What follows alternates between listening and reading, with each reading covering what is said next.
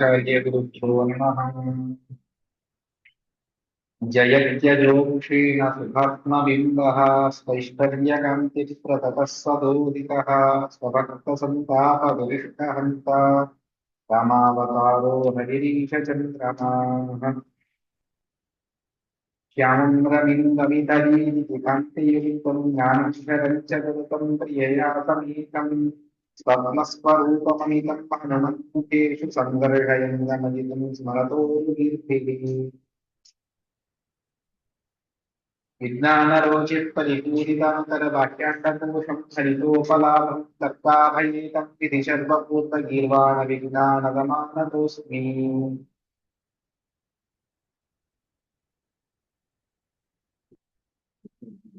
बुद्धिर्बलं यशोधैर्यं यद्भयत्वमरोगता अजाड्यं वाक्पटुत्वं च हनुमत्स्मरणात् भवेत्।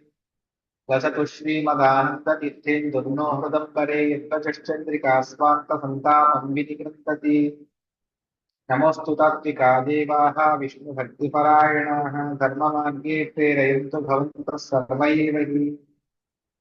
चित्रैः पदैश्च गम्भीरैः वाक्यैर्मानैरखण्डितैः गुरुभावं निर्जयन्ति भाति श्रीजयतीर्थवान्। नौमि न्यायसुधादिकृत्येन श्रीपादराक्षसं व्यासार्यान् विविधागमब्धिविहरान् श्रीवादिराजानपि वन्देऽहं सवराङ्गगोत्तमगुरुं वैरग्ध्यवारान्निधिं श्रीसत्यव्रतराघवेन्द्रं निपां सद्बोधसत्यानपाम्। सत्याभिनमजो वेदवेत्ता गुरुवर्पिताखिलः सत्याधीशोऽतु मां निर्जिता शेषमायुः। सत्यधीरकराब्जोत्तः ज्ञानवैराग्यसागरः सत्यज्ञानाख्यतरणिः स्वान्तद्भान्तं निकृन्ततु। विद्यायां विबुधाचार्यं वेदज्ञानां देशिकं जन्मतद्भान्तमार्ताण्डं सत्यध्यानमुनिं भजे। सत्याभिज्ञकराब्जोत्थान् पञ्चाशद्वर्षपूजकान् सत्यप्रमोदतीर्थार्यान् नौमि न्यायसुधारतान्। शास्त्रेषु पारमृष्टान् शास्त्रज्ञे च वत्सलं दीनभक्तोद्धारकरं सत्यात्मानं गुरुं भजे। विद्यापीठविधातारं विद्यावारिधिं विद्यार्थिवत्सलं वन्दे महामहिमसद्गुरुम्। आपादमौलिपर्यन्तं गुरूणामाकृतिं स्मरेत् तेन विघ्नाः प्रणश्यन्ति सिद्ध्यन्ति च मनोरथाः। श्रीगुरुभ्यो नमः हरिः ओम्। భగవదవతారం గురించి నిన్నటి రోజున తెలుసుకున్నాం. అదేవిధంగా మరొక అంశాన్ని శాస్త్రం చెబుతుంది. ఆచార్యుల వారు దాన్ని స్పష్టం చేస్తారు. భగవంతుడి యొక్క వాసుదేవ, ప్రద్యుమ్న, సంకర్షణ, అనిరుద్ధ మొదలైనటువంటి రూపాలు ఏవైతే ఉన్నాయో అక్కడ వాసుదేవుడే సాక్షాత్తుగా శ్రీరామచంద్రుడిగా అవతరించాడు. సంకర్షణుడి యొక్క విశేషమైనటువంటి ఆవేశం లక్ష్మణుడిలో ఉన్నది. ప్రద్యుమ్నుడే భరతుడిగా వచ్చాడు. అనిరుద్ధుడే శత్రుఘ్నుడిగా అనిరుద్ధుడి యందు అనిరుద్ధుడి విశేషమైనటువంటి ఆవేశం శత్రుఘ్నుడిలో, అదేవిధంగా ప్రద్యుమ్న ప్రద్యుమ్నుడి ప్రద్యుమ్న నామక భగవంతుడి యొక్క విశేషమైనటువంటి సన్నిధానం భరతుడిలో ఉన్నది అన్నటువంటి అంశాన్ని, అంటే భగవంతుడి 4 రూపాలు, ఒకటి సాక్షాత్తుగా శ్రీరామచంద్రుడిగా భగవంతుడు అవతరిస్తే వాసుదేవ రూపంతో, మిగిలిన మూడింటి యొక్క ఆవేశం క్రమంగా లక్ష్మణ భరత శత్రుఘ్నుల యందు ఉన్నది అన్నటువంటి అంశాన్ని ఆచార్యుల వారు మాకు చెబుతారు. దాని తరువాత ఆచార్యుల వారు చెబుతారు, అథాభ్యవర్ధంశ్చతుర కుమారాః నృపశ్చగేహే పురుషోత్తమాద్యాః నిత్య ప్రవృద్ధస్య చ తస్య వృద్ధిః అపేక్షలోకస్య హి మందదృష్టిం అని చెబుతారు. భగవంతుడు పెరుగుతూ ఉన్నట్టు కనిపించాడు. చిన్న శిశువుగా ఉన్నాడు. సంవత్సరం, 2 సంవత్సరాలు, 3 సంవత్సరాలు, ఈ విధంగా భగవంతుడు పెరుగుతూ ఉన్నాడు. మిగిలిన లక్ష్మణ భరత శత్రుఘ్నులు కూడా అదే విధంగా పెరుగుతూ ఉంది. కానీ ఇక్కడ సమస్య ఏమిటి అంటే, మిగిలిన వాళ్ళు పెరిగితే అర్థం ఉన్నది, భగవంతుడికి ఆ విధమైనటువంటి తరగడం అన్నటువంటిది భగవంతుడికి లేదు అని చెబుతాం. ఎందువల్ల అంటే నిత్య ప్రవృద్ధస్య, భగవంతుడు నిత్యంగా ప్రవృద్ధమానమయ్యే ఉన్నాడు. అందువల్ల ఆ భగవంతుడికి ఈ విధమైనటువంటి ప్రవృద్ధి అన్నటువంటిది భగవంతుడికి సర్వతా లేదు అన్నటువంటి అంశాన్ని మనకు చెబుతారు. నాస్త్య జనయా ఏతజ్జీవ్యతే నవధేన హన్యతే అన్నటువంటి అంశాన్ని మనకు చెబుతారు.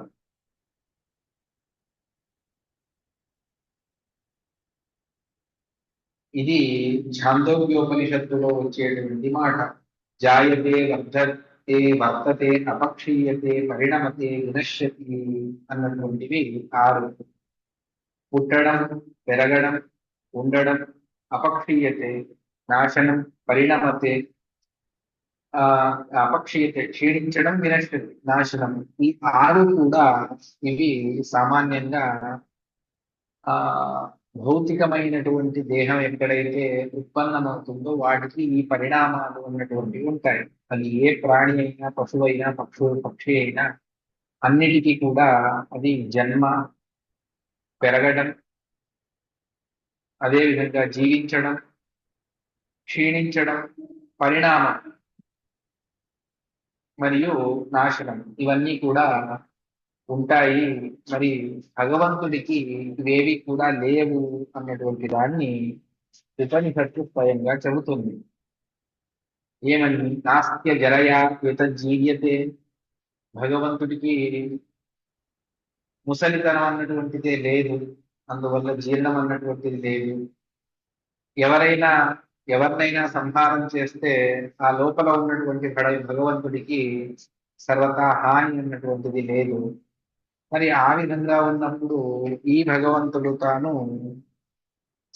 ఆ పెరుగుతూ ఉన్నాడు అని ఎలా చెబుతారు?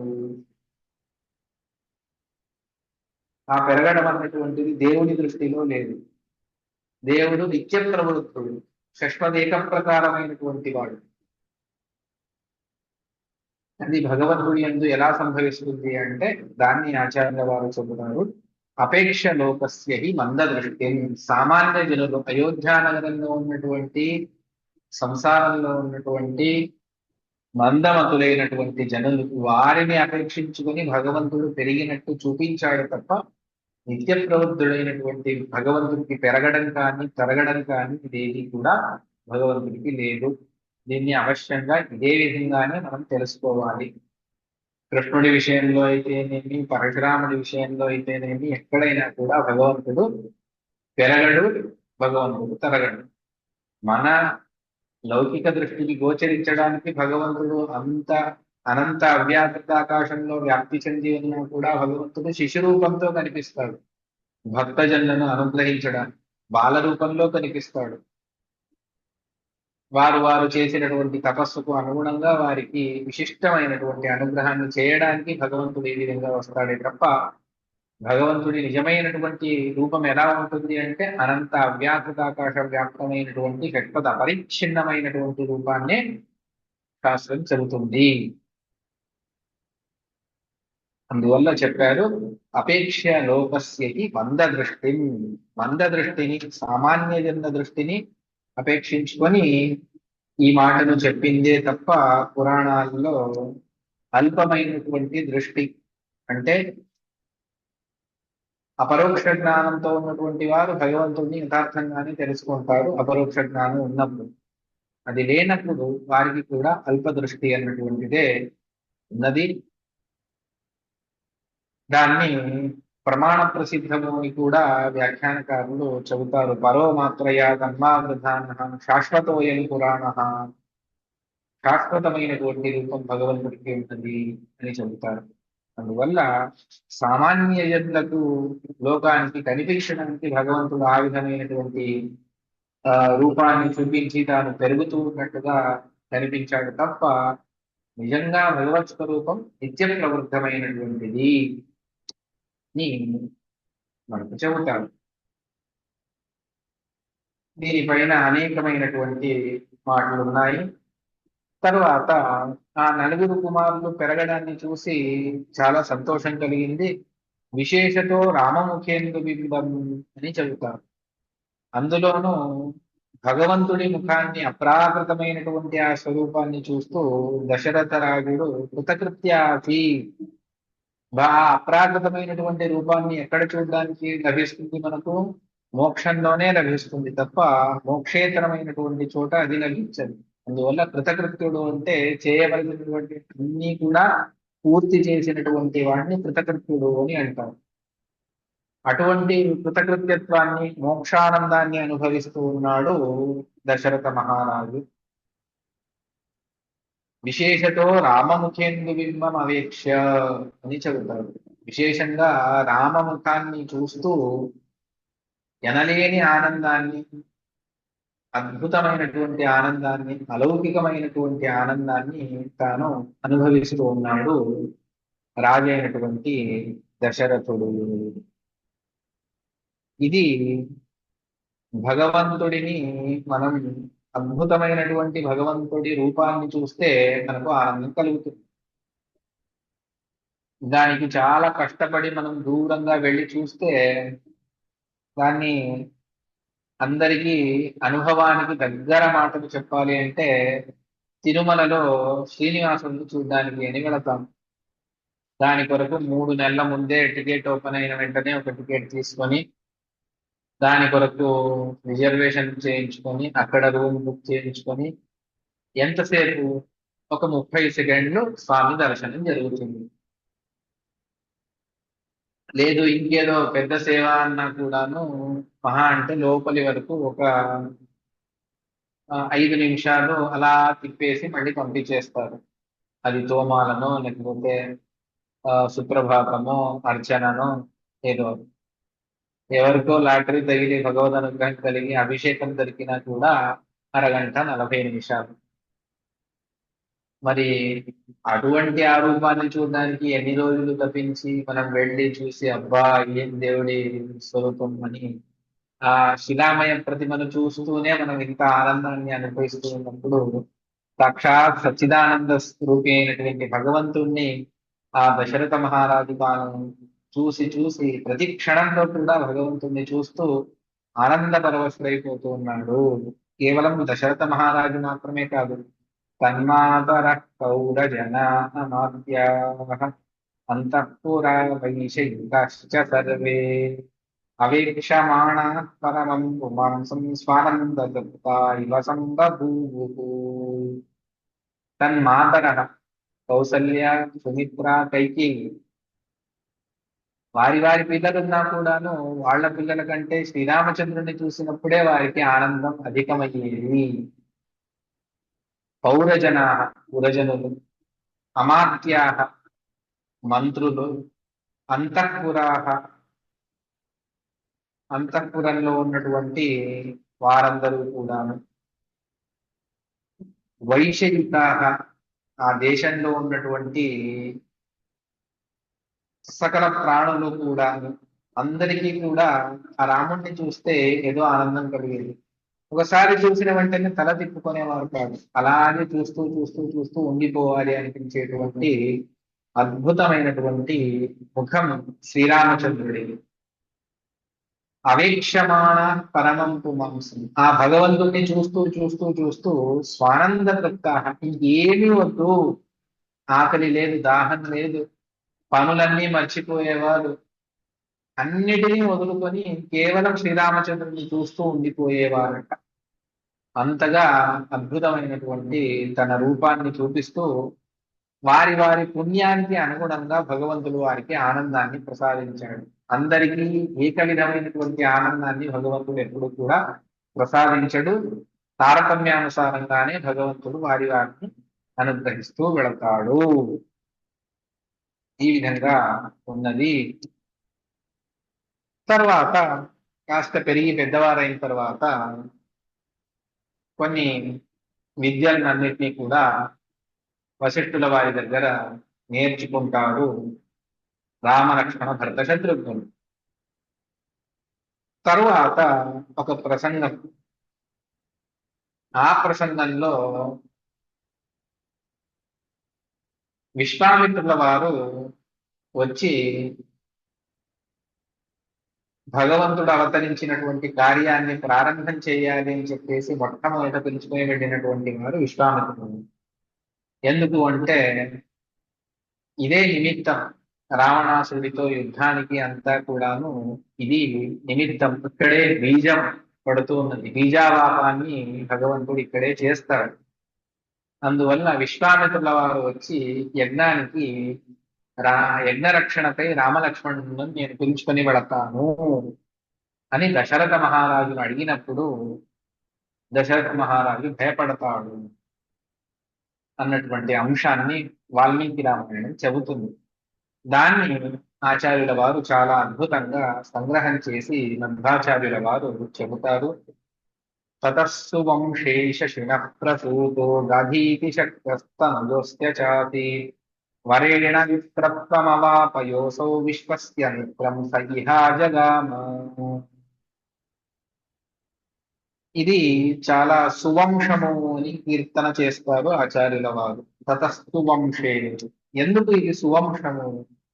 శశిన ప్రసూత, చంద్రవంశంలో వచ్చినటువంటి గాధి అన్నటువంటి మహారాజు. ఎవరు గాధి అంటే సాక్షాత్తు దేవేంద్రుడే గాధిగా అవతరించాడు.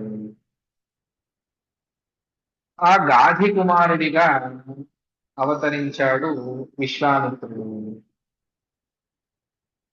అతడు వరేణ విప్రత్వం అవాపయోసౌ, వరంతో క్షత్రియుడుగా ఉన్నటువంటి వ్యక్తి వరబలంతో బ్రాహ్మణత్వాన్ని పొంది బ్రహ్మర్షి అయినటువంటి వ్యక్తి. ఆ కథ చాలా అద్భుతంగా వాల్మీకి రామాయణం చెబుతుంది. గౌతముల వారు అంటే అహల్య ఇదంతా అయిన తర్వాత అక్కడే ఉన్నటువంటి విశ్వామిత్రుల వారిని చూసి విశ్వామిత్రుల వారి ఇతివృత్తాన్నంతా కూడా గౌతముల వారు శ్రీరామచంద్రుడికి చెబుతారు. అటువంటి వరంతో విప్రత్వాన్ని పొందినటువంటి మహా బ్రహ్మర్షి అటువంటి విశ్వామిత్రుల వారు అక్కడికి వచ్చారు. సువంశము అని చెప్పారు. ఎందుకు ఇది సువంశము అనంటే అస్మాశ్చ సర్వే జానంతి చంద్రవంశ్యాశ్చ వైష్ణవాన్ దేవమన్యం న సేవంతే చంద్రవంశ్యా హరిం వినా ఇది బ్రహ్మవైవర్త వచనాతో అని చెబుతాం. బ్రహ్మవైవర్త పురాణం చెబుతుంది. చంద్రవంశంలో వచ్చినటువంటి సామాన్యంగా 99.99 అందరూ కూడాను వారు భగవంతుడిని తప్పితే వేరే వారిని ఎప్పుడూ కూడా సర్వోత్తముడిగా వారు ఆరాధన చెయ్యలేరు.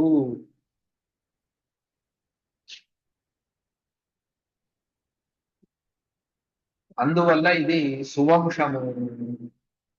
వారందరూ కూడా భగవంతుడికి ఏకాంత భక్తులట చంద్రవంశంలో వచ్చినటువంటి వారు.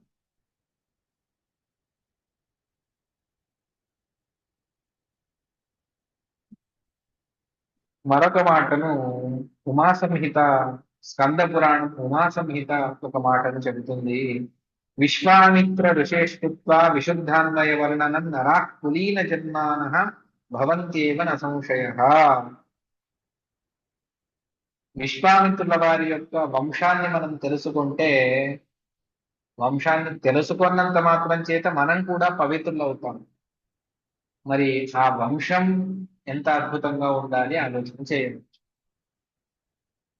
అటువంటి దివ్యమైనటువంటి వంశంలో వచ్చారు. మరొక అంటే ఇక్కడ క్షత్రియులుగా ఉండి వశిష్ఠుల వారి దగ్గరికి వెళతారు. వశిష్ఠుల వారి ఆశ్రమంలో అద్భుతమైనటువంటి ఆతిథ్యం లభిస్తుంది.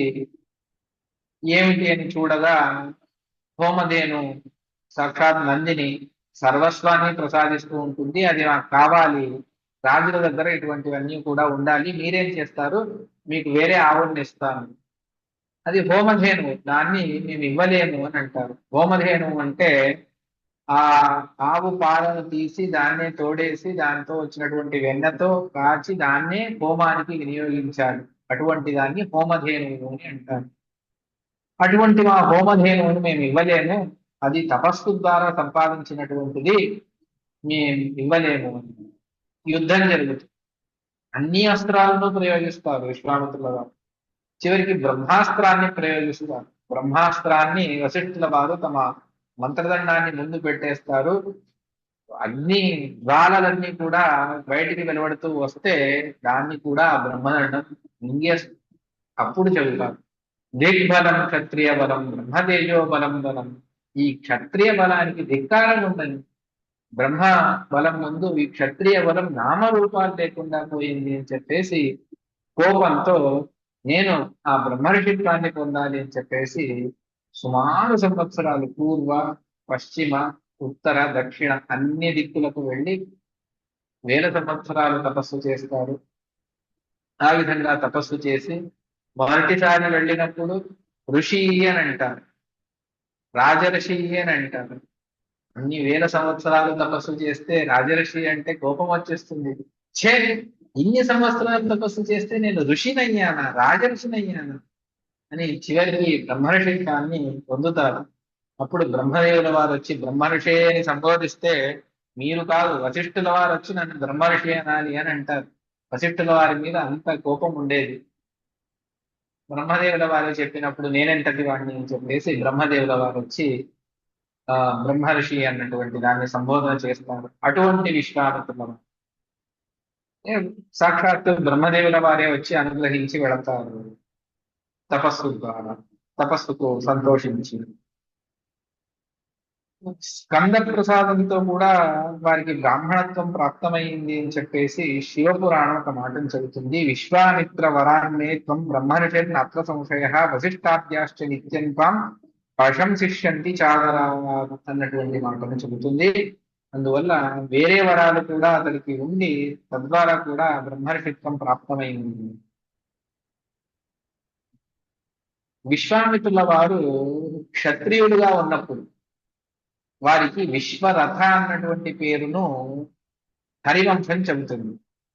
విశ్వామిత్రస్తు ధర్మాత్మ నామ్నా విశ్వరథ స్మృత జగ్నే భృగు ప్రసాదేన కౌశికా వంశవర్ధన అన్నటువంటిది నామ్నా విశ్వరథ స్మృత అని విశ్వరథ అన్నటువంటి పేరు ఉంటుంది.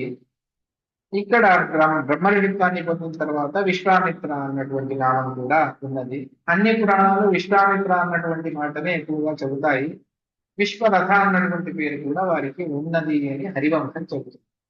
ఇక్కడ ఆచార్యుల వారు చెప్పేటప్పుడు విశ్వస్య మిత్రం సైహాజగామ అని చెబుతారు. ఎందుకు ఈ విధంగా సమాసం చేసి చెబుతారు విశ్వస్య మిత్రం అని? విశ్వామిత్ర అనే అలాగే ఎందుకు చెప్పలేదు అంటే, విశ్వామిత్ర అని చెప్పినప్పుడు కొంతమంది దాన్ని సంధి విడగొట్టేటప్పుడు తప్పుగా విభజన చేస్తారు. విశ్వ అమిత్ర అని కూడా అంటే సంధిని చేయవచ్చు. అటువంటి ప్రసంగం కూడా ఉన్నది కాబట్టి అది కూడదు. అతడు విశ్వానికి మిత్రుడు. ఎందువల్ల అని అంటే, సాక్షాత్ ప్రతి ఒక్కరూ సంధ్యావందనంలో జపించేటువంటి గాయత్రి మంత్రాన్ని లోకానికి అందించినటువంటి మహానుభావుడు. అటువంటి మహానుభావుడు కాబట్టి అతడు విశ్వామిత్ర, విశ్వానికి మిత్రుడయ్యాడే తప్ప అమిత్రుడు కాదు అన్నటువంటి అంశాన్ని, అమిత్ర ఇది భ్రమ నివారణాయ విభజ్యకతనం అన్నటువంటి దాన్ని చెబుతాడు. ఆ విశ్వామిత్ర అన్నటువంటి రూపసిద్ధి వ్యాకరణం ద్వారా దాని సాధుత్వాన్ని మనకు చెబుతాడు. అంటే సాధు సజ్జనుల సముదాయానికి ఆపదల నుండి రక్షించేటువంటి వారు అన్నటువంటి అర్థంలో విశ్వామిత్ర అన్నటువంటి విశ్వం చాలా అద్భుతంగా మిత్ర సంరక్షణ చేసేటువంటి వారు కాబట్టి విశ్వామిత్ర. వారు వచ్చారు. వచ్చి అడిగిన వెంటనే తాను ఇవ్వలేదు అన్నటువంటి మాటను చెబుతారు. తేనార్థితో యజ్ఞ నిరీక్షయైవ కృత్సేణ మిత్రస్య భయాగ్నిసృష్టః జగామ రామస్తః లక్ష్మణేన సిద్ధాశ్రమం సిద్ధజనాభివంద్యః.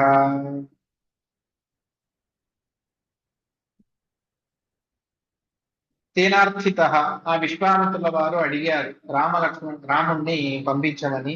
రామలక్ష్మణులు ఇద్దరు కూడా కలిసి వెళతారు.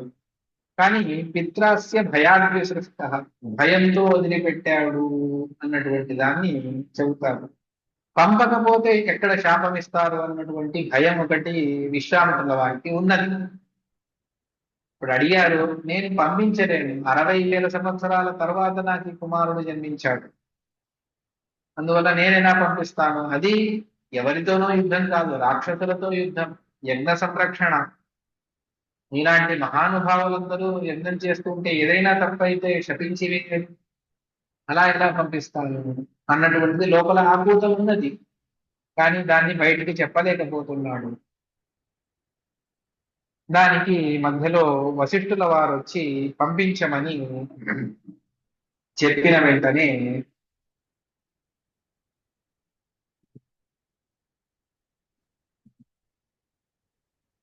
నృపతిం సువ్రతి ధీరో వశిష్ఠో వాక్యమబ్రవీ అన్నటువంటిది బాలకాండ రామాయణంలో వాల్మీకి మహర్షి చెబుతారు. మహావ్రత నియమిష్ఠులైనటువంటి వశిష్ఠుల వారు చెబుతారు. తథా వశిష్ఠే బ్రువతి రాజా దశరథ స్వయం ప్రహృష్టవదనో రామం ఆజుహావ సలక్ష్మణం కృతస్వత్యేనం మాత్రా పిత్రా దశరథేన చ పురోగసా వశిష్ఠేన మంగళైరభిమంత్రితం సముద్రం నోన్యుపగ్రాయ రాజా దశరథస్తదా దదౌ కుశికపుత్రాయ అన్నటువంటి దాన్ని ఆ బాలకాండంలో 22వ అధ్యాయంలో ఈ మాటను చెబుతారు. అంటే అతడు భయపడ్డది నిజం. తర్వాత ఆ వశిష్ఠుల వారు చెప్పిన వెంటనే దానికి సరే అని చాలా సంతోషించి, తల్లి ఆశీర్వదిస్తుంది, తండ్రి ఆశీర్వాదాన్ని తీసుకొని పురోహితులైనటువంటి వశిష్ఠుల వారు మంగళ మంత్రములతో ఇద్దరిని ఆశీర్వదించి పంపిస్తారు. దీన్నే బాల అంటే సంగ్రహ రామాయణంలో నారాయణ పండితాచార్యుల వారు తస్మాత్ రామేణ రాజేంద్ర గంతవ్యం వినాశ హంతవ్యం వక్తసకులం ప్రాతవ్యం యజ్ఞకర్మ తత్ వశిష్ఠ వాక్యమాకర్ణ్య రాఘవో రామలక్ష్మణో ప్రేషయామాస సుప్రీతః కౌశికాయ సమర్పయన్. వశిష్ఠ వాక్యమాకర్ణ్య, వశిష్ఠుల వారి మాటను మన్నించి వారి మీద సంతోషంతో వారు కులపురోహితులే చెప్తూ ఉన్నారు కాబట్టి పంపిస్తాను అని చెప్పేసి పంపిస్తారు. ఈ అర్థంలో భయాన్ని సృష్ట అన్నటువంటి దానికి సత్యధర్మతీర్థుల వ్యాఖ్యానాన్ని చేస్తూ భయాన్ని వదిలిపెట్టేసి, విశ్వామిత్రుల వారు వచ్చి అడిగినప్పుడు భయం కలిగింది. ఎప్పుడైతే వశిష్ఠుల వారు వచ్చి అడుగుతారో, అడిగినప్పుడు భయమంతా కూడా దూరం అయిపోయింది. ఏ భయం లేకుండా అనాయాసంగా ఇద్దరిని కూడా కుమారులను పంపిస్తారు అన్నటువంటి దాన్ని మనకు వాల్మీకి రామాయణం చెబుతుంది. సంగ్రహ రామాయణంలో కూడా చెబుతారు. దాన్ని ఆచార్యుల వారు చెబుతారు. ఎక్కడికి వెళ్ళారు అంటే సిద్ధాశ్రమానికి వెళ్ళారు. ఇక్కడ ఆచార్యుల వారు తేనార్థితో యజ్ఞ నిరీక్ష యజ్ఞాన్ని సంరక్షించడానికి మాత్రమే వారు వెళ్ళారు. మరొకటి సిద్ధజన విభజన, అక్కడ ఉన్నటువంటి సిద్ధజనులు అందరూ కూడా రాముడి కోసం వారు వేచి చూస్తూ ఉన్నారు. ఎప్పుడు భగవంతుడు వస్తాడు, ఆ భగవంతుని దర్శనాన్ని మనం ఎక్కడ చేసుకుందాము అని చెప్పేసి వాళ్ళందరూ కూడా నిరీక్షణ చేస్తూ ఉన్నారు. దాని కొరకై భగవంతుడు వెళ్ళాడు అంతే తప్ప, కొంతమంది వ్యాఖ్యానాన్ని చేసేటప్పుడు అశ్వప్రాప్తి కొరకు విశ్వామిత్రుల వారి వెంబడి వెళ్ళారు రామలక్ష్మణులు అని చెబుతారు. అది తప్పు. అస్త్రప్రాప్తి కొరకు వాళ్ళు వెళ్ళలేదు. అందువల్లనే యజ్ఞ నిరీక్ష ఇవ అని ఏవకారంతో యజ్ఞ సంరక్షణనే ప్రధాన ఉద్దేశం, కానీ వేరే ఏది లేదు. ఎక్కడికి వెళ్ళారు? సిద్ధాశ్రమానికి వెళ్ళారు. శ్రుత్వా సిద్ధాశ్రమాఖ్యానాం చరాచర విధాయినః శ్రీమన్నలిరనా నాభస్య శోకా సిద్ధిమవాప్నుయాత్ తపస్సిద్ధిం జ్ఞానసిద్ధిం విద్యాసిద్ధిం తథైవ చ కర్మణాం ఫలసిద్ధిశ్చ లభతే మానవో ధ్రువం అని సిద్ధాశ్రమం యొక్క అద్భుతమైనటువంటి మాటను, దాని యొక్క ఫలశ్రుతిని చెబుతుంది ఉమా సంహిత. ఏమిటి? తపస్సిద్ధి, జ్ఞానసిద్ధి, విద్యాసిద్ధి, కర్మసిద్ధి అన్నీ కూడా అక్కడ తపస్సు చేస్తే లభిస్తుందట. అందువల్ల దాన్ని సిద్ధాశ్రమము అని పిలుస్తారు అన్నటువంటిది ఒకటి. మరొక మాటను చెబుతారు. ఆ సిద్ధాశ్రమం అక్కడ వామనుడు ఉండేవాడు.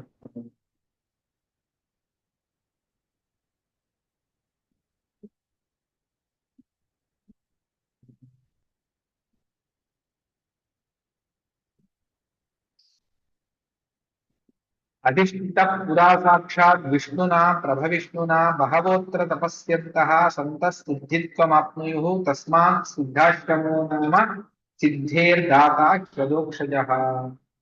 సిద్ధిని భగవంతుడు అక్కడ ప్రసాదిస్తాడు. ఎంతో మంది వేల మంది ముందు అక్కడ తపస్సు చేసి సిద్ధిని పొందినటువంటి వారు ఉన్నారు. సిద్ధాశ్రమం సిద్ధస్య వామనస్య ఆశ్రమం అని చెబుతారు. ఏష పూర్వాశ్రమో రామ వామనస్య మహాత్మనః సిద్ధాశ్రమ ఇతి ఖ్యాతః అని వాల్మీకి రామాయణం చెబుతుంది. ఆ విధంగా సిద్ధ అంటే వామనుడికి ఒక పేరు సిద్ధ అని.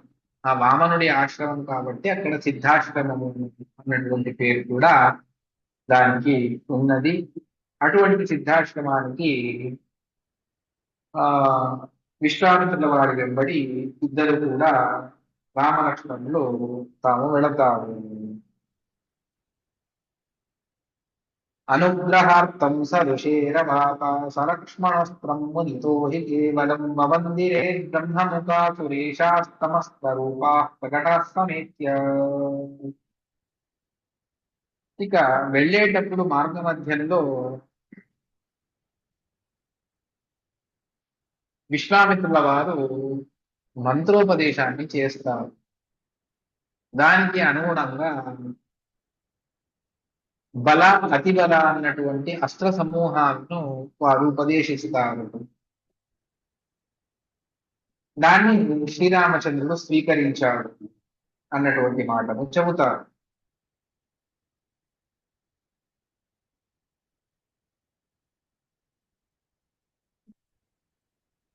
తర్వాత బ్రహ్మదేవుల వారు కూడా కొన్ని అస్త్రాలను ఇచ్చారు అన్నటువంటిది వాల్మీకి రామాయణం కాలాంతరంలో చెబుతుంది.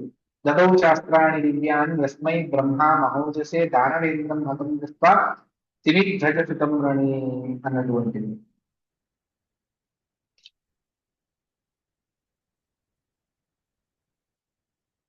ఇక్కడ విశ్వామిత్రుల వారు ఉపదేశించినటువంటి దాన్ని ఎందుకు స్వీకరించాడు శ్రీరామచంద్రుడు అంటే అనుగ్రహార్థం స ఋషేరవ.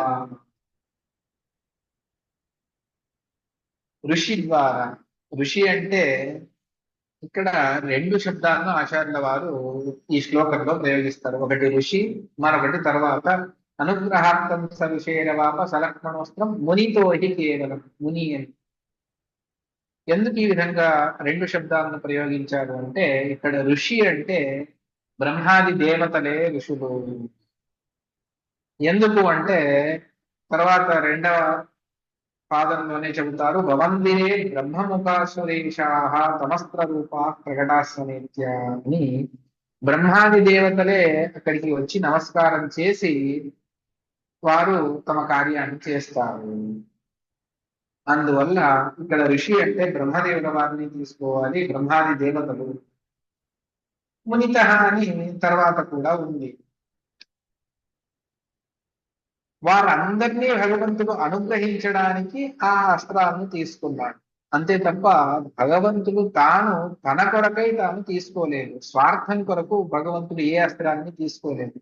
సకల అస్త్రములు అతడి దగ్గరే ఉన్నాయి. సర్వ ప్రహరణాయుధ భగవంతుడు. అన్ని ఆయుధాలు అన్ని అస్త్రాలు అతడికి తెలుసు. కాబట్టి ఇది వారిని అనుగ్రహించడం. ఈ ఏ బల అతి బల అన్నటువంటి మంత్రాలను విశ్వామిత్రుల వారు చెబుతారో అది సాక్షాత్తు బ్రహ్మదేవుల వారి నుండి వచ్చినటువంటి అస్త్ర విద్య అని చెబుతారు. అందువల్లనే ఆచార్యుల వారు బ్రహ్మముఖ సురేష అని బ్రహ్మాది దేవతలు వచ్చి నమస్కరిస్తారు. దాన్నే వాల్మీకి రామాయణం చెబుతుంది. పితామహ సుతేత్వేతే విద్యేతే యస్సమన్వితే. పితామహసుతేత్వేతే సాక్షాత్తు బ్రహ్మదేవుల వారి యొక్క దివ్యమైనటువంటి విద్య ఇది, వారు అనుగ్రహించినటువంటిది. దాన్ని సంగ్రహ రామాయణంలో కూడా చెబుతారు. బ్రహ్మోక్తౌ సర్వకామదౌ అన్నటువంటి మాటలు కూడా చెబుతారు. వాల్మీకి రామాయణంలోనే బలాచాపి బలాచైవ సర్వజ్ఞానస్య మాతరౌ అన్నింటికీ మూలమైనటువంటివి ఈ బల మరియు అతిబల అన్నటువంటి మాటలు. ఇక్కడ కేవలం రామచంద్రుడు మాత్రమే స్వీకరించాడు, లక్ష్మణుడికి వేరే మంత్రాలను ఉపదేశించారు అన్నటువంటిది రామాయణం ద్వారానే తెలుస్తుంది అని సత్యధర్మ కీర్తుల వారు చెబుతారు. సలక్ష్మణ ఇది స్వరూప సంకీర్తనం. లక్ష్మణుడు జతగా ఉన్నాడు తప్ప లక్ష్మణుడికి ఈ బల అతిబల అన్నటువంటి వాటిని విశ్వామిత్రుల వారు చెప్పలేదు. ఎందువల్ల అంటే రామాయణంలో వచ్చేటువంటి మాట రామీతి మధురాంబాణి అని సంబోధన చేసి మంత్రగ్రామం గ్రహాణత్వం, ఈ మంత్ర సమూహాన్ని అనేకమైనటువంటి మంత్రాలను నేను స్వీకరించు. ప్రదాస్వీత వకాకుస్తా సదృశత్వం నిపాక్తివా కామం బహుగుణాస్తర్కే కయ్యేతేన సంశయ. ఇక్కడ ప్రతి చోట ఏకవచనాన్ని ప్రయోగం చేస్తూ పడతారు. గ్రామం గ్రహాణత్వం అని, ప్రదాస్యే తవ కాకుస్తాని, సర్వే త్వయ్యేతే నాత్ర సంశయ అని, తపసాగృతే చైతే బహురూపే భవిష్యత. ఈ విధంగా అనేక మాటలను చెబుతారు. కాబట్టి ఆ మంత్రాన్ని శ్రీరామచంద్రుడు మాత్రమే స్వీకరించాడు. అందువల్ల బ్రహ్మాది దేవతలందరూ కూడా అస్త్ర రూపంగా వచ్చి, అస్త్ర స్వరూపంతోనే వారు వచ్చి భగవంతుడికి నమస్కారం చేసి, స్వామి నీ ఆజ్ఞాధారకులై మేము ఉంటాము అని అస్త్రాభిమాని దేవతలందరూ కూడా భగవంతుడికి నమస్కరించి వెళ్ళారు. మరి లక్ష్మణుడు ఏ మంత్రాలను స్వీకరించలేదా అనంటే, లక్ష్మణుడు కూడా కొన్నింటిని స్వీకరించాడు. సౌమిత్రిరప్యమిత్ర అమిత్ర చిత్ విశ్వామిత్ర అవవాప్తవాన్ సమస్తాని మహాస్త్రాణి అని వేరే వాటిని అతడు స్వీకరించాడు అన్నటువంటి దాన్ని చెబుతారు. ఈ విధంగా అనుగ్రహార్థం ఋషిని అనుగ్రహించడానికి, బ్రహ్మాది దేవతలను అనుగ్రహించడానికి భగవంతుడు అస్త్రాలను స్వీకరించాడు తప్ప తాను తనకునకై తనకు తెలియదు అని కానీ, తను తెలుసుకోవాలి అని కానీ భగవంతుడు అస్త్రప్రాప్తిని భగవంతుడు తాను స్వీకరించలేదు. దాన్ని చెబుతారు. ప్రణమ్య శిరసారామం సర్వాప్తాంజలయస్తదా ఊచుశ్చ ముదితారామం సర్వసమ్మత విక్రమాః ఇమే చ పరమోదారా కింకరాస్తవ రాఘవ యద్యదిచ్ఛసి తాకుస్తా తత్సర్వం కరవామవై. శిరస్సు వంచి అందరూ కూడా బ్రహ్మాది దేవతలు బ్రహ్మాది రూపంలో రాలేదు, అస్త్ర రూపంలో, అది ఒక దివ్యమైనటువంటి రూపం వారికి ఉంటుంది. అటువంటి రూపంలోనే వాళ్ళు అస్త్ర రూపంలోనే వచ్చి, అస్త్రాభిమాని దేవతలందరూ కూడా వచ్చి తాము నమస్కరించి శ్రీరాముడికి ప్రాంజలి రెండు చేతులు జోడించి సంతోషంతో వారు చెబుతారు, మేమందరం కూడా నీ కింకురులము, నీకు సేవకులము, మీరేది ఆదేశిస్తే దాన్ని చేసేటువంటి వారము. యద్యదిచ్ఛతి తాకుస్తా తత్సర్వం కరవామతే, వాటిని అన్నిటినీ కూడా మేము చేస్తాము అన్నటువంటి దాన్ని చెబుతారు. అందువల్ల ఇదంతా కూడాను సాక్షాత్తు దేవతలను అనుగ్రహించడానికి భగవంతుడు ఈ అస్త్ర ప్రాప్తిని తాను స్వీకరించాడే తప్ప వేరే ఏ కారణం కూడా లేదు అన్నటువంటి దాన్ని మనకు చెబుతారు.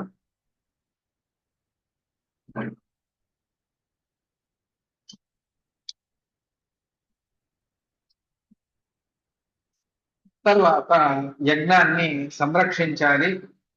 ఆ సంరక్షణ చేసేటప్పుడు అథోజగానాంసి సరేణ తాడకం వరాద్విజాతుస్తదనన్య మధ్యాం దదక్షయజ్ఞం చ మునిర్నిహత్యాసు బాహుమీశాన గిరాభిమృత్యుం.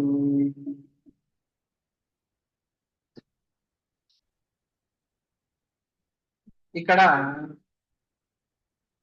మధ్వాచార్యుల వారు చెప్పేటప్పుడు మొట్టమొదట విశ్వామిత్రుల వారు అస్త్రాలను ఉపదేశించారు. దాని తర్వాత అథోజగా సరేణ తాటకం అని తర్వాత శరంతో తాటకను సంహారం చేశాడు అన్నటువంటి అంశాన్ని ఆచార్యుల వారు ఈ క్రమంలో చెప్పారు. నిజంగా అది మొట్టమొదట రామాయణాన్ని మనం అవలోకన చేసినప్పుడు తాటకా సంహారం జరుగుతుంది. జరిగిన తర్వాతనే దేవతానాం ప్రార్థనయా పరదినే ప్రాతః విశ్వామిత్ర అస్త్రదానం రామలక్ష్మణయోః అకరో అని రామ రామ మహాబాహో తాటకా నామరాక్షసి రావణస్య నియోగేన అని చెబుతారు. అందువల్ల తర్వాత అంటే తాటకా సంహారం తర్వాతనే విశ్వామిత్రుల వారు అస్త్రదానాన్ని చేశారు అన్నటువంటి అంశాన్ని వాల్మీకి రామాయణం చెబుతుంది.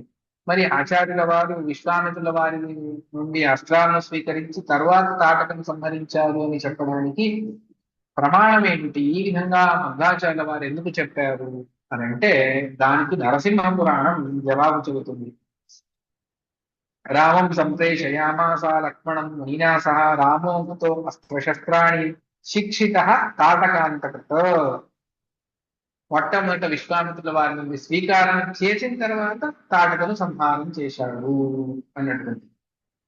ఇక్కడ తాటకను సంహారం చేసేటప్పుడు కూడా సినిమాల్లో అక్కడ ఇక్కడ స్త్రీలను ఎలా చేస్తాడు రాముడు అన్నటువంటి అనేకమైనటువంటి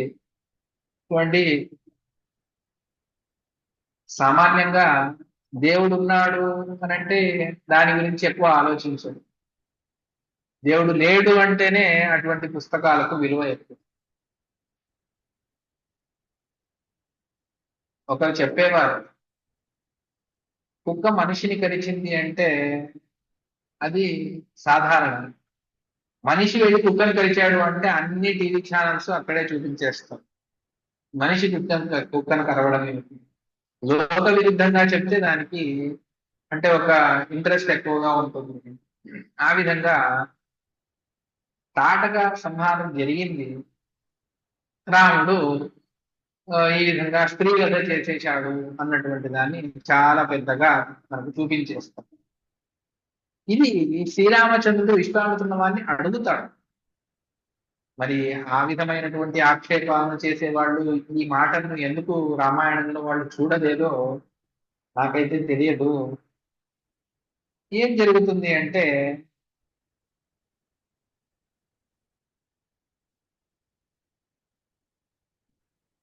మనసామే భవిష్యద్దం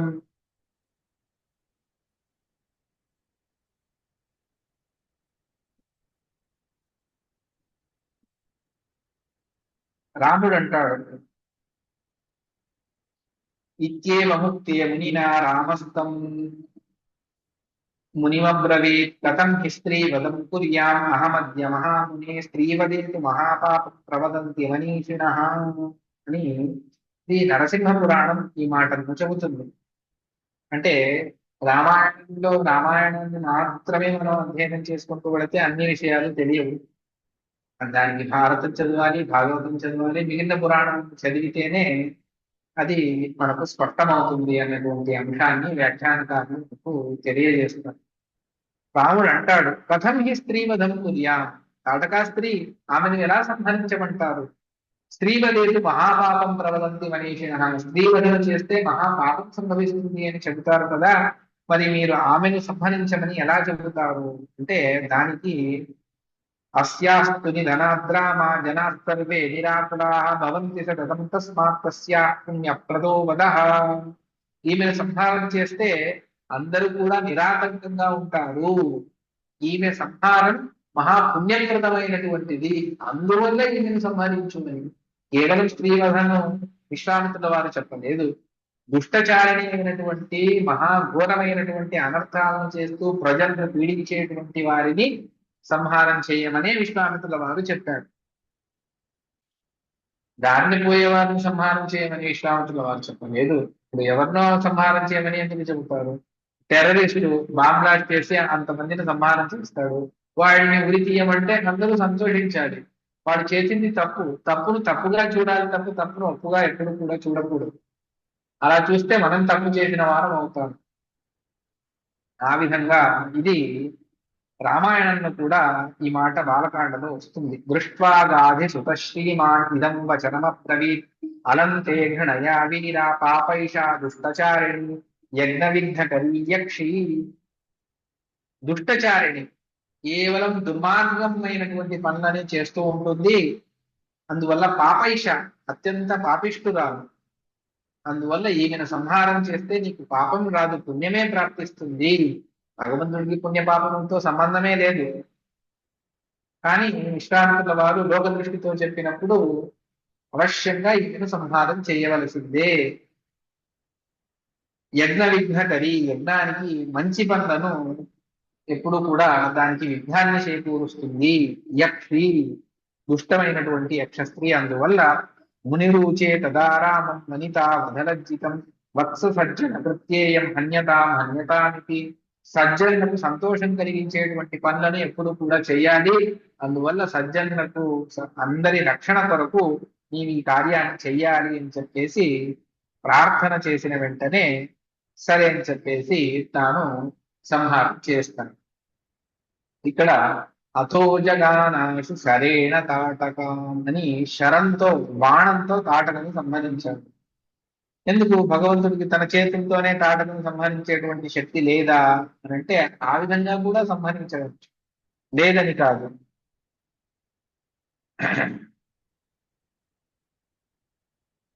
దానికి సత్యధర్మ తీర్థుల వారు చెబుతారు, యక్షిణీ క్షపణ తలతాడనైన యక్షిణీ క్షపణ నిపుణస్యాపి తస్యాహ అస్పృశ్యత్వద్యోతనాయ శరేణ. మహాపాపిష్టురాలు, అటువంటి ఆమెను ముట్టుకోరాదు. అందువల్ల శరాన్ని తీసుకుని, బాణాన్ని తీసుకుని రామచంద్రుడు సంహారం చేశాడు. అందువల్ల ఆచార్యుల వారు షడేన తాటక. ఎటువంటి తాటక అంటే వరాద్విధాటు స్పదనన్యమధ్యాం, బ్రహ్మదేవుల వారి వరమున్నది. ఆ వరం ద్వారా ఎవరూ కూడా ఆమెను సంహారం చేయడానికి సిద్ధపడలేదు, సశక్తులు కాదు, ఎవరికి కూడా సామర్థ్యమే లేదు. దాన్ని చెబుతారు. వాల్మీకి రామాయణంలో ఈ మాట వస్తుంది. దదౌనాగ సహస్రస్యా బలం తస్యై పితామహః. 1000 ఏనుగుల బలం తాటకకు ఉండేది, బ్రహ్మదేవుల వారి వరంతో. ఆ విధంగా అనన్యమధ్యం, వేరే ఎవ్వరూ కూడా ఆమెను వధించడానికి సాధ్యమే లేదు. అటువంటి ఆమెను మరి రామచంద్రుడు ఎలా వధించాడు అంటే, శ్రీరామచంద్రుడు సాక్షాత్తు భగవంతుడు. బ్రహ్మగారు ఎవరు వరమిచ్చినా కూడా దాన్ని అతిక్రమించేటువంటి సామర్థ్యం భగవంతుడికి మాత్రమే ఉన్నది అన్నటువంటి దాన్ని సూచన చేస్తూ భగవంతుడు బ్రహ్మదేవుడి కంటే నేను ఉత్తముణ్ణి, నా కుమారుడు బ్రహ్మ, నేను స్వతంత్రుణ్ణి, నాకు ఎవ్వరి వర శాపముల నిమిత్తం నాకు అవసరమే లేదు. నేను స్వీకరిస్తే స్వీకరిస్తాను, అంతే తప్ప దీన్ని ఇలాగే పరిపాలించాలి అన్నటువంటి నియమం నాకు లేదు. మిగిలిన వారికి ఉంటుంది, కానీ భగవంతుడికి మాత్రం ఆ నియమం లేదు. ఎందువల్ల? భగవంతుడు స్వతంత్రుడైనందువల్ల. దాన్ని చెబుతారు అనన్యమధ్యాం, త్వరాగ్నిదాతు తదనన్యమధ్యాం. అదేవిధంగా సుబాహుమీశాన గిరాకృత్యం. సుబాహు వాడు కూడా మహా పరాక్రమవంతుడే. అతన్ని కూడా శ్రీరామచంద్రుడు తాను సంహారాన్ని చేస్తాడు. అతడికి రుద్రదేవుల వారి వరం ఉంటుంది, ఎవరు కూడా నిన్ను సంహారం చేయలేరు అన్నటువంటి వరం ఉంటుంది. ఆ వరానికి అనుగుణంగా అతన్ని కూడా ఎవరు సంహారం చేయడానికి సాధ్యం లేదు. అటువంటి దాన్ని కూడా అంటే బ్రహ్మదేవుల రుద్రదేవుల వారి ఇద్దరి వరాలను అతిక్రమించి భగవంతుడు సంహారం చేశాడు అంటే బ్రహ్మరుద్రాది దేవతలకు కూడా ఇతడు స్వామి అన్నటువంటి దాన్ని స్పష్టంగా మనకు తెలుస్తుంది.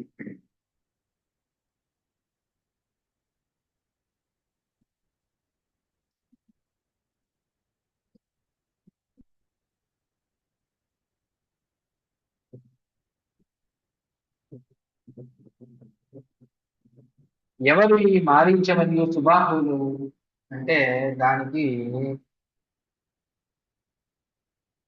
రామాయణానికి తిలక అన్నటువంటి వ్యాఖ్యానం ఉన్నది. దాంట్లో చెబుతారు, వాయు పురాణంలో కూడా దీని యొక్క మాటలు మనకు తెలుస్తాయి. హిరణ్యకశిపువుకి 4 కుమారులు, ప్రహ్లాద అందులో మొదటివాడు, అనుల్లాద, సంహ్లాద, హ్లాద అన్నటువంటి ఆ హ్లాద వంశానికి క్లాదో నిసుంద అని ఇద్దరు కథ కుమారులు. ఆ సుంద మరియు ఉపసుందులు క్రమంగా ఆ నిసుందశ్చ సుందోపసుందో విక్రాంతో నిసుంద తనయావుభం. అందులో రాధ నిసుంద అని ఇద్దరు కుమారులు. ఆ నిసుందుడి వంశంలో వచ్చినటువంటి వారు సుంద మరియు ఉపసుంద అని. ఆ మారీచ సుబాహులు ఇద్దరు కూడా ఈ సుంద మరియు ఉపసుందుల యొక్క కుమారులు. యక్షకన్య ఎందు జన్మించినటువంటి వారు మహాబలిష్ఠులు. వారికి అగస్త్య శాపం కూడా ఉన్నది. అందువల్ల అతి క్రూరమైనటువంటి రాక్షసత్వాన్ని పొందినటువంటి వారు.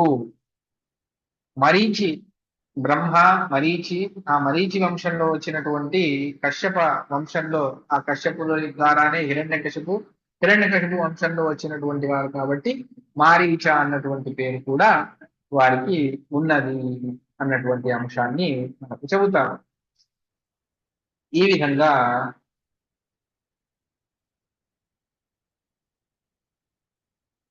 శరేణ మారీచమకర్ణ వీక్షిపత్వచో విరించస్య తుమానయానః అవధ్యజాతేన హి తస్య దత్తా జగానగాన్యాన్యజనీచరానత.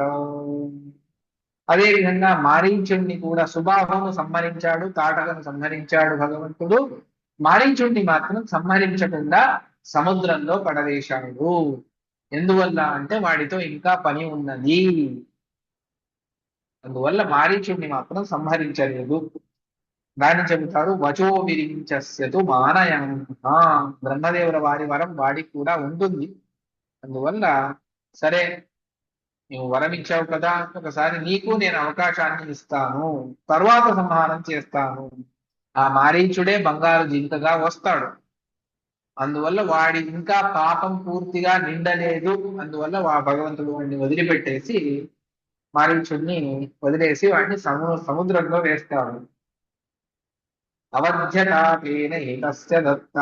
మిగిలిన వారికి సహాయకులుగా వచ్చినటువంటి తాటక, సుబాహు, మారీచుకి సహాయకులుగా వచ్చినటువంటి అనేక మంది రాక్షసులను శ్రీరామ లక్ష్మణులు ఇద్దరు కూడా సంహారం చేస్తారు. ప్రధానంగా శ్రీరామచంద్రుడు, మిగిలిన వారిని లక్ష్మణుడు కూడా సంహారం చేస్తాడు అన్నటువంటి అంశాన్ని చెబుతాం. ఇది మారీచుడికి కూడా తెలుస్తుంది. తాటకను సంహరించి సుబాహును కూడా సంహరించినటువంటి శ్రీరామచంద్రుడికి నన్ను సంహారం చేయడం పెద్ద విషయమేం కాదు. మరి ఎందుకు అంటే, తర్వాత రావణాసుడితో సంవాద సందర్భంలో రామచంద్రుడు నన్ను కావాలనే వదిలిపెట్టాడు, నన్ను సంహారం చేయకుండా అన్నటువంటి మాటను చెబుతాడు. ఇదే మారీచుడే. తేనాహంతాడితక్షిప్ర సముద్రే శతయోజనే నేచ్ఛతాత తమాం హంతుం తదా వీరేణ రక్షిత. నన్ను సంహారం చేయడం శ్రీరామచంద్రుడికి అప్పుడు ఇష్టం లేదు. అందువల్ల అతడి ద్వారా రక్షించబడ్డాను నేను.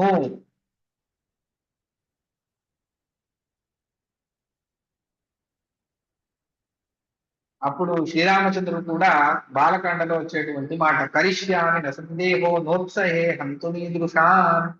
ఇటువంటి మారీచుడిని సంహరించడానికి నాకు ఎందుకో మనస్సు లేదు. మనస్సు లేదు అని కాదు, తర్వాత భవిష్యత్తు భగవంతుడికి తెలుసు కాబట్టి వీడి ద్వారా ఇంకో పాపకార్యం జరిగిన తర్వాతనే వీడిని సంహారం చేస్తాను మారీచుణ్ణి అని చెప్పేసి భగవంతుడు అప్పుడే సంకల్పించి వాటిని సంహరించకుండా వీడి మీద రావణాసురుడు విశ్వాసాన్ని నుంచి బంగారుగా వీడిని పంపిస్తాడు. అప్పుడే నేను వీడిని సంహారం చేస్తాను అని చెప్పేసి భగవంతుడు తాను సంకల్పించి వాడిని సంహారం చేయకుండా భగవంతుడు వదిలిపెట్టాడు అన్నటువంటి దాన్ని మనకు ఆచార్యుల వారు సంగ్రహణ చేసి చెబుతారు. అది వాల్మీకి రామాయణంలో కూడా ప్రసిద్ధంగా ఉన్నది. తర్వాత తదా విదేహేన సుతా స్వయంవరో విభోషితో దిక్షు విదిక్షు సర్వశః నిధార్య తద్ధిసుతానుయాయి యయో విదేహాన్ అనుజానుయాతః. అదే సందర్భంలోనే విదేహ మహారాజు అయినటువంటి జనక మహారాజు, ఆ వంశంలో వచ్చినటువంటి ప్రతి ఒక్కరికి కూడా జనక అనే పేరు. అటువంటి ఆ జనక మహారాజు తన కుమార్తె అయినటువంటి సీత యొక్క వివాహానికి స్వయంవరాన్ని ఏర్పాటు చేశాడు అన్నటువంటి వార్త. ఇది విఘోషితో దిక్షు విదిక్షు, పూర్వ దక్షిణ పశ్చిమ ఉత్తర దిక్కులు. విదిక్కులు అంటే కార్నర్స్. ఆగ్నేయం, నైరుత్యం, వాయవ్యం, ఈశాన్యం అన్ని చోట్ల తన భటులను వార్తలను పంపించి ప్రతి చోట చాటింపు వేయించాడు. నిజంగా ఆ జనక మహారాజుకు తెలుసు సాక్షాత్తు ఈమె సీత లక్ష్మీదేవి అవతారం, శ్రీరామచంద్రుడే ఈమెను చేయి పడతాడు సాక్షాత్ భగవంతుడు. కానీ లోకానికంతా కూడా ఆ వార్త తెలిసి అందరూ రావాలి అని చెప్పేసి తాను స్వయంవరాన్ని సకల దిక్కుల్లో ఘోషించాడు. అంతే తప్ప ఎవరో వచ్చి నా సీతను చేయి పట్టుకుంటారు అని కాదు, అటువంటి సంకల్పమే చేయలేదు. దీన్ని తర్వాత రుక్మిణీ స్వయంవర సందర్భంలో ఆచార్యుల వారు ఈ మాటను చెబుతారు. 17వ అధ్యాయంలో ఈ మాటను తాత్పర్య నిర్ణయంలోనే మృగాచార్యుల వారు చెబుతారు. ఎందుకు ఏమిటి అన్నటువంటి అంశాన్ని అక్కడ తెలుస్తుంది. ఈ విధంగా చాటింపు వేయించిన వెంటనే దాన్ని తెలుసుకున్నటువంటి ఆ దాన్ని విన్నటువంటి ఈ విశ్వామిత్రుల వారు సదే ఇంత యజ్ఞ సంరక్షణ చేశావు, చాలా సంతోషం కలిగింది, పీల్చుకొని వెళ్ళి నీకు కూడా వివాహాన్ని చేయిస్తాను. ఆది దంపతులు వాళ్ళకెవరు వివాహాన్ని చేయించాను, కానీ లోకరుడి కాబట్టి అవశ్యంగా వివాహాన్ని చేసుకోవాలి అని చెప్పేసి విశ్వామిత్రుల వారు ఆ రామలక్ష్మణుని పిలుచుకొని విదేహ పట్టణానికి తాము వెళతారు అన్నటువంటి అంశాన్ని చెప్తారు. అలా చాలా విశేషాలు ఉన్నాయి. ఆచార్యుల వారి మాటలకు సత్యధర్మ తీర్థుల వారు ఒక్కొక్క పదాన్ని వారు దాన్ని ఇలా ఇది చేసి మథన చేసి దాని అర్థాలను ఒక్కొక్క శబ్దానికి చాలా చాలా అర్థాలను చేస్తూ వెళతారు. దాన్ని స్వాముల వారు వెనుకటికి ఒక సందర్భంలో చెప్పారు. సత్యాత్మ తీర్థుల వారు అన్ని అర్థాలను చెప్పడం కష్టం, ఎక్కువ వ్యాకరణ భూయిష్టంగా ఉంటుంది, దాన్ని సులభతరం చేసి చెప్పడం కొంచెం కష్టమే. తర్వాత వెళ్ళేటువంటి మార్గంలోనే గౌతముల వారి ఆశ్రమం ప్రాప్తిస్తుంది. నిజంగా ఇవాళ ఈ కథ పూర్తి అవ్వాలి అని ప్రమేయ విశేషాలను చెబుతూ అవ్వలేదు. అతో అహల్యాం పతినాభిషప్తాం ప్రదర్శనాత్ ఇంద్రకృతాత్ శిలీకృతాం స్వదర్శనాత్ మానుషతాముపేతాం సుయోజయామాస గౌతమేన అన్నటువంటి మాట. చాలా అద్భుతమైనటువంటి విషయాలు ఇందులో ఆచార్యుల వారు ఈ ఒక్క శ్లోకంలోనే చెబుతారు. అహల్యాం పతినాభిషప్తాం, తన పతి అయినటువంటి గౌతముల వారు శాపం ఇచ్చారు. ప్రదర్శన ఇంద్రకృత శిలీకృత, ఇంద్రుడు చేసినటువంటి కర్మ వల్ల ఆమెను శిలగా మార్చారు. స్వదర్శన, అటువంటి ఆమెను తన దర్శనం ద్వారా తాను చూడడం ద్వారానే మానుషతామపేత, మనుష్యత్వాన్ని ఆమెకు చేకూర్చి మళ్ళీ గౌతముల ద్వారా ఇద్దరికి కూడా సాంగత్యాన్ని చేకూర్చారు అన్నటువంటి అంశాన్ని చెబుతారు. ఇక్కడ మాట్లాడే వాళ్ళు చాలా మాట్లాడతారు. దీని గురించి తప్పుగా చెప్పనటువంటి వాళ్ళు ఎవరు లేరు, అందరూ తప్పుగానే చెబుతారు. కానీ నిజంగా ఏమున్నది అన్నటువంటి దాన్ని చాలా అద్భుతంగా వాల్మీకి రామాయణం మిగిలిన పురాణాలన్నీ కూడాను ఈ విషయంలో చెబుతాయి. దానికి ప్రారంభ కర్మ ఒకటి,